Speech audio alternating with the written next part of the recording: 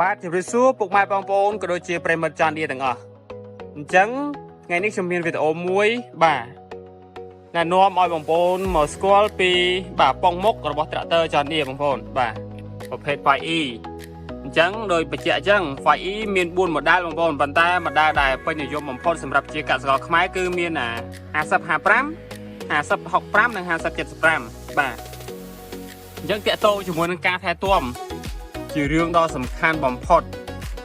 ការមើលទៅលើខ្លាញ់គោការអនុវត្តឲ្យបានខ្ជាប់ខ្ជួនទៅតាមការណែនាំរបស់ជាងបច្ចេកទេសឬជាការណែនាំបាទរបស់ក្រុមហ៊ុនបងប្អូនអញ្ចឹងខ្ញុំសូមបញ្ជាក់តិចបាទនេះគឺក្បាលក្រេះបាទក្បាលក្រេះដែលយើងបាញ់ខ្លាញ់គោចូលទៅក្នុង AVC បាទដែលសិតសឹងតែជាកន្លែងក៏គិតបើសិនយើងអត់មើលទៅលើខ្លាញ់គោឲ្យបានល្អទេធ្វើឲ្យមានបញ្ហាដល់ AVC បាទនេះបាទក្រេះហើយខាងក្នុងយើងប្រើកលេខ្វែងនេះគឺដំណកលេបាទអញ្ចឹងខាងក្នុងក៏មានក្បាលក្រេះបាញ់ខ្លាញ់គោដែរខាងក្រោមក៏មានដែរបងប្អូនខាងក្រោមបាទអញ្ចឹងសំខាន់មែនតើអញ្ចឹងចង់បញ្ជាក់បងប្អូនបន្តិចមុននឹងបងប្អូនបាទបាញ់ខ្លាញ់គោបងប្អូនត្រូវត្រួតពិនិត្យមើលជូតសម្អាតដីឲ្យស្អាតបាទជូតសម្អាតដីស្អាតហើយបាញ់រួចបងប្អូនត្រូវ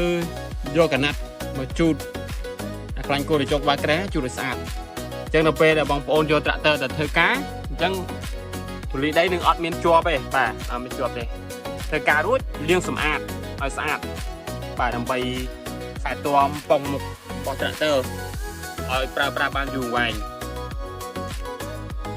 អញ្ចឹងតាក់ទងជាមួយនឹងប្រេងបងប្អូនប្រេងចុងដុំហើយជាមួយប្រេងប៉ុងបាទនេះកន្លែងប្រហូរប្រេងនិងកន្លែងចាក់ប្រេង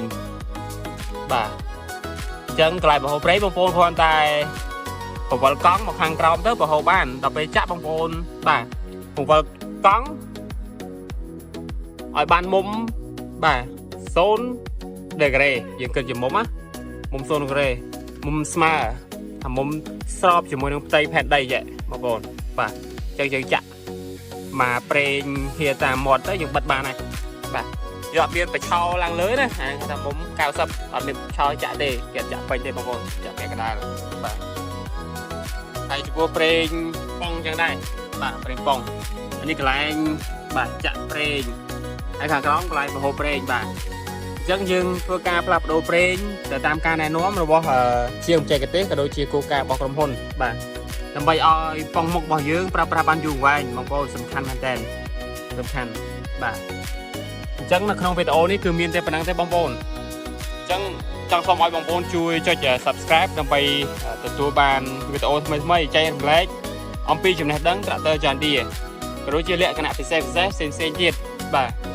អញ្ចឹងក្នុងវីដេអូនេះមានតែប៉ុណ្ណឹងបងប្អូនអរគុណច្រើនជម្រាបលា